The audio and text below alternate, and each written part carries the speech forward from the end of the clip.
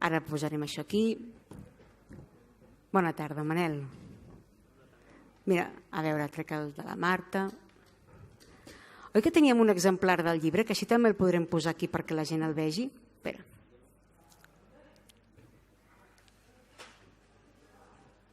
Ah, perfecte.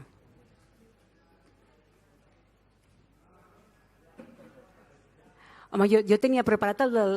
Però tots dos m'agraden. Aquest és el primer, aquest és el segon. Ah, però podem parlar dels dos. Els he llegit els dos, per tant, podem parlar dels dos, no hi ha problema. A veure. Parlarem de l'últim, però una és continuació, clar, una és continuació. Ara els hi explicarem, Jo no sé si els hi agraden els haikus. Ho dic bé, Manel? Perquè tu ets els que diu haiku i no haiku, oi que sí? Haiku, això. Jo sabia jo que em renyaria, que no ho diria bé. Vostès els coneixen, els haikus? Saben que és un tipus de poesia japonesa, no? Que es basa molt en el paisatge, que té una mètrica molt rígida, molt definida. Segons amb qui parles et diu rígida o et diu definida. I ara el Manel ens està posant... Ah, mira-te'l! Que ho has fet tu, això, Manel? No? És xulo, perquè sí, podries fer poesia i pintura. Ets incapaç. Ara ens ho explicaràs, això? Va. En fi, un haiku, 3 versos, de 5, 7 i 5 síl·labes. Ho dic bé? 7, 5, 7, sí. D'una mateixa temàtica, normalment inspirats en la natura. Normalment hi ha de tot, però... Normalment són inspirats en la natura, sí. Els clàssics. Els clàssics japonesos. Són inspirats en la natura. I catalans, també. I els catalans també. Home, com dèiem, ara fa 2 anys va publicar aquest llibre, es diu A l'ombra del solstici, és el primer llibre de haikus del Manel Gibert. No, és el segon. El segon? Sí. Aquest és el tercer, doncs. Ai, el primer me l'he perdut. Doncs explica'm, va, comença'm a explicar per què et dediques a fer haikus, perquè no és evident, això. Bé, és l'amor per la Vall d'Ordino i, de fet, fa 20 anys que vaig començar a escriure el primer i el vam publicar amb Editorial Andorra també el 2003, es deia Quadern d'Arans. Arans és on visc jo i tracta dels voltants, i llavors vaig fer la segona incursió. Al llarg d'aquests 20 anys jo he anat recollint moments i llocs i els he anat plasmant en un segon llibre, que per això porto els dos, perquè un és la tardor i l'hivern, el primer, el blau, i el taronja és la primavera i l'estiu. Per tant, és un cercle que es tanca. Exacte, és un llibre... La Marta ens deia que per ella la poesia era una manera de canalitzar emocions, situacions personals, i que tenia, ella no ho ha dit, però jo ho he interpretat, que era una manera com de canalitzar de forma ràpida, que era com molt intuïtiva, que era com, no?, una manera...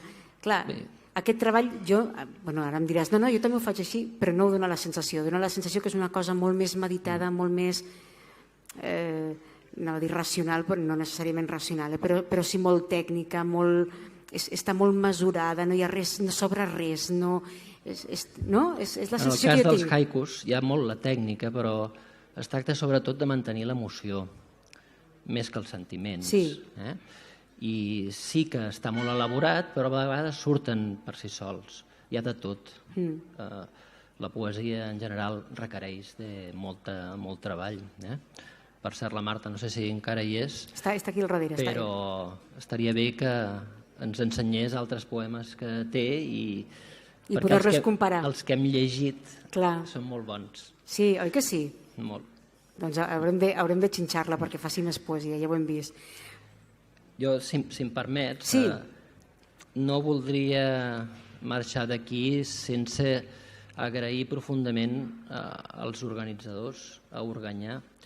Ho faig cada vegada que vinc perquè tot l'entusiasme que hi posen, el tracte que ens tenen, tot el savoir-faire, el públic, la gent d'Organyà, realment venir aquí per mi és sempre un plaer i penso que cal dir-ho. Cal dir-ho. Jo faria un aplaudiment, ens aplaudim? Sí. Que sí, que val molt la pena. És que és veritat, Isidre, que és veritat. Que és veritat. També m'agradaria fer referència, ensenyaré algunes de les il·lustracions del llibre que penso que són part fonamental del llibre i que li donen un valor afegit invalorable, que és impossible de mesurar. Aquí el frontispici és la il·lustració que obre el llibre i representa la pròpia índole sintètica del haiku.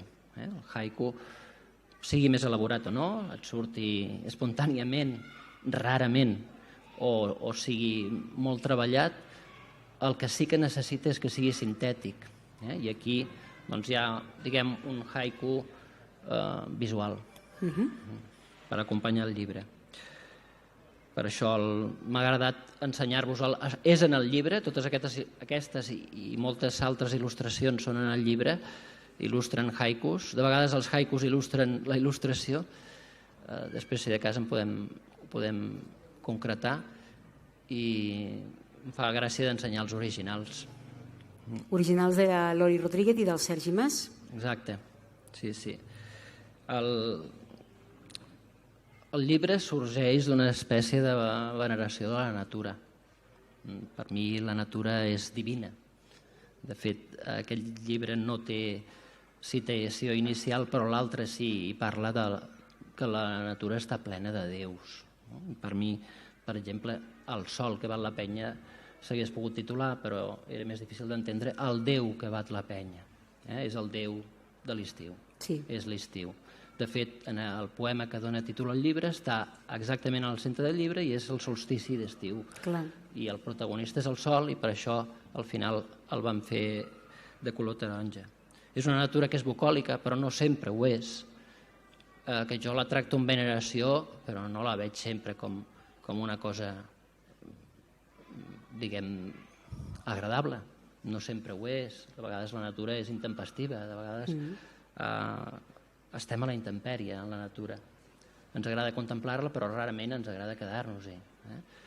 Llavors, jo hi visc molt a prop i m'agrada copsar-ne la meravella i traspassar-ho als lectors.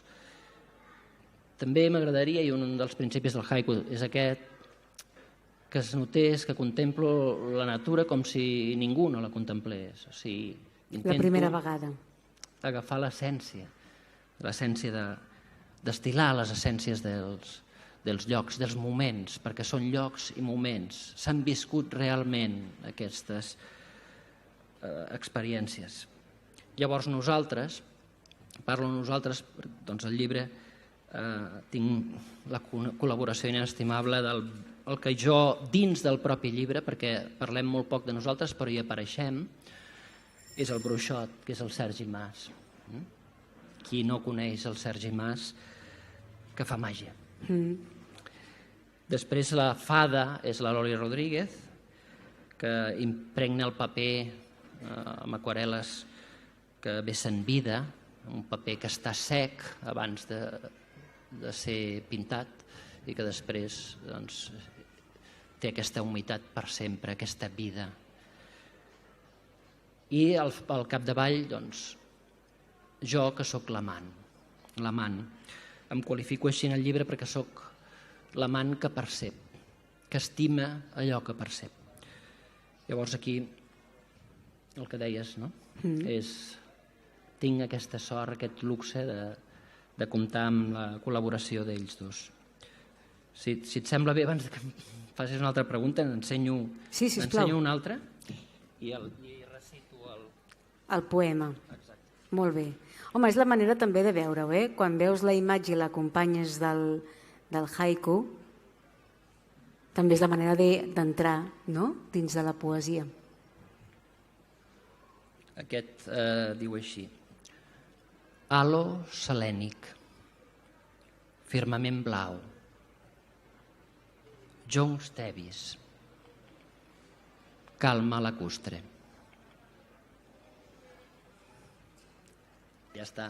No, que són haikus, Són poemes, és veritat, el haiku té aquesta cosa que és com una petita llumeta que s'encén un segon, s'apaga i després et deixa el record de la llum perquè tu li vagis donant aquest temps, aquesta reflexió, intentar copsar aquesta emoció primigènia que al final és la que ha bellugat o la que ha motivat aquest primer punt d'espurna, no? Però és ben bé com una espurna, com un flash, no? Que surt i que desapareix tot seguit. Per tant, també aquesta immediatesa forma part de la seva màgia. Sí, perquè per mi hi ha una primera il·luminació, que és quan ho vius. El satori. Després hi ha l'elaboració i hi ha la segona il·luminació quan tu dius és això. O almenys a mi m'ha semblat que ho expresso, allò que vaig viure. A més, amb tota la seva limitació, que jo ho veig com una oportunitat, més que limitació, de la part tècnica d'aquest tipus de poesia. I encara n'hi ha una altra, i és quan veus que algú també s'il·lumina llegint-ho. Clar, és com ben bé compartir-ho, no? És Fa com... d'intèrpret. Clar, que de fet és la manera de veure que allò realment ho has aconseguit, no? Perquè quan ets capaç de transmetre aquesta emoció original i de traspassar-la a través de les paraules. Exacte. I això és fantàstic. meravellós. És meravellós, sí. El haiku té, com dèiem, l'arrel al Japó, però és cert que en l'àmbit català també, jo no sé què fa que hi ha aquesta connexió entre el Japó i Catalunya, però existeix, jo penso que hi és, no sé dir per què, però trobo que existeix. Són dos pobles que els agraden els bolets, no sé, alguna cosa deu haver, si és veritat, alguna cosa deu haver, no sé què és. El Bartra deu tenir alguna cosa a veure amb el tema dels haikus, però és cert que jo trobo que hi ha aquesta connexió. No sé si tu també opines això. No sé exactament d'on ve aquesta connexió. De fet, els haikus a la literatura catalana comencen amb les avantguardes. Ho veuen com una forma exòtica amb la qual es poden expressar coses d'una manera molt diferent a un sonet, per exemple, no? O es pot parlar de coses de les quals normalment se n'ha parlat no tant de l'emoció, sinó del sentiment. A partir d'aquí neix com una tradició. Hi ha molts grans poetes que cultiven el haiku, no sempre en relació a la natura. En el meu cas, Bartra hi té molt a veure, amb els seus haikus d'Arinsal, i faig una cosa que també es fa en la poesia japonesa en general, que és circumscriure'm a un àmbit. És l'àmbit, és la part septentrional de la Valira del Nord, Ordino. Em quedo aquí, hi ha algun moment en què surto, hi ha un moment en aquest llibre que surto d'aquest cercle, perquè l'any passat a l'estiu vaig viure una experiència a la vall del costat, que és la vall d'Arinsal, que és la vall de l'Agustí Bartra. I ho dic perquè hi ha alguns d'aquests poemes que són homenatges a escriptors. I aquí hi ha un homenatge, no sé si el veureu, a veure si vosaltres el veieu, a quin poeta diu així: Card entre lliris, florit d'aler d'insectes, punxosa ofrena. No sé si algú li veu, si algú vol dir. No? Hi ha algú que... No? Jo no ho veig, però... Quan ho diguis sí que ho veuràs. És Ausiàs March. D'acord. Aquí jo capgiro el poema d'Ausiàs March. Hi ha altres referències per descobrir. Jo el que vull amb aquests poemes, de fet, per definició, en la tradició japonesa són poemes inacabats perquè els ha d'acabar l'intèrpret. Voldria que els lectors s'erigissin en intèrprets. Per exemple, no hi ha puntuació. Clar. Per això, per exemple, hi ha una part del vocabulari que no és tan accessible. Hi ha una part del vocabulari que és vocabulari local. Això de vegades s'ha de buscar. Per tant, hi ha altres referències per descobrir. Si llegiu el llibre segurament en trobareu alguna altra. L'altre dia m'escrivia el Joan Pere Sunyer, un poeta del Rosselló, i deia que havia trobat una referència al Jordi Pere Cerdà, perquè jo utilitzava un verb, embeure, el verb embeure, que ell havia trobat en un poema, i li vaig haver de dir que, malauradament, jo aquell poema no l'havia llegit, tot i que he llegit gairebé tota l'obra del Jordi Pere Cerdà. Justament aquell poema no l'havia llegit. Jo havia utilitzat aquest cultisme perquè m'agradava i perquè m'anava bé per expressar el que volia expressar. Per tant, és això el que per mi és molt important, és aquesta tercera il·luminació. I més quan t'ho diuen, potser és la quarta per mi, no? Dius, quina alegria, no? Que els agradi, que quan algú et diu que té el llibre a la tauleta de nit i se'n llegeix un cada dia o cada nit abans d'anar a dormir, un sol, perquè aquí hi ha un microcosmos, un sol haiku, se suposa que ha de tenir una gran ressonància, no només va del local a l'universal, sinó que va del petit instant a l'eternitat, podríem dir, i l'eternitat es produeix quan algú ho recull, i això és molt gratificant pel que s'ha esforçat a expressar això.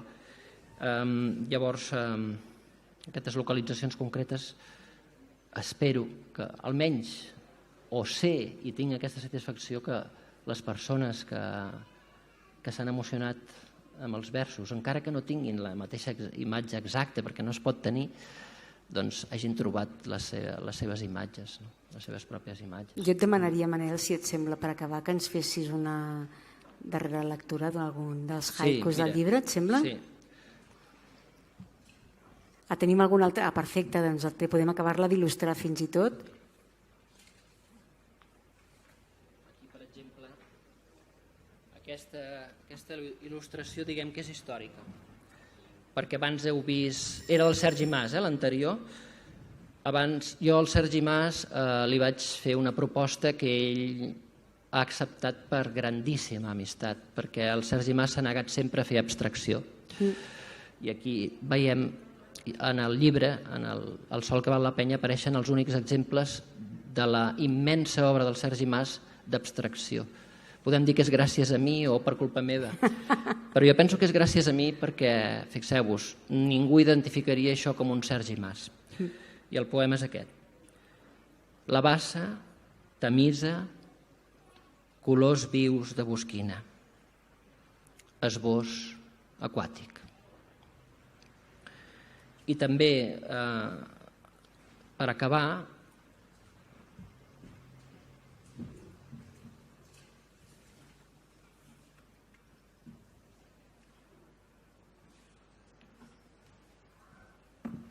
aquest de la Loli Rodríguez, que potser algú ho coneix, fa així. Estret, passatge ferruginós,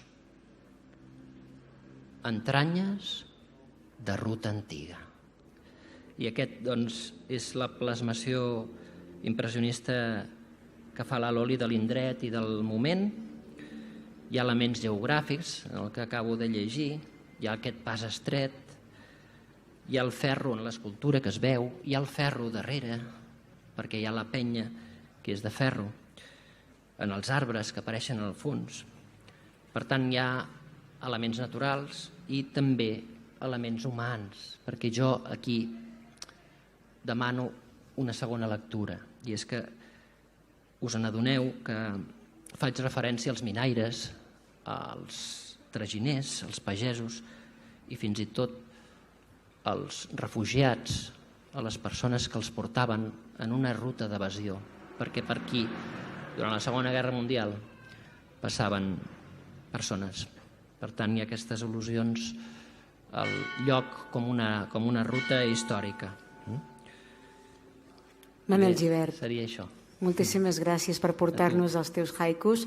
El sol que bat la penya, que seria aquest estiu-primavera, i també a l'ombra del solstici, la tardor i l'hivern, un cercle perfecte, en aquest cas, que tanca aquesta natura ordinenca que has sabut retratar en els darrers anys. Moltíssimes gràcies per acompanyar-nos.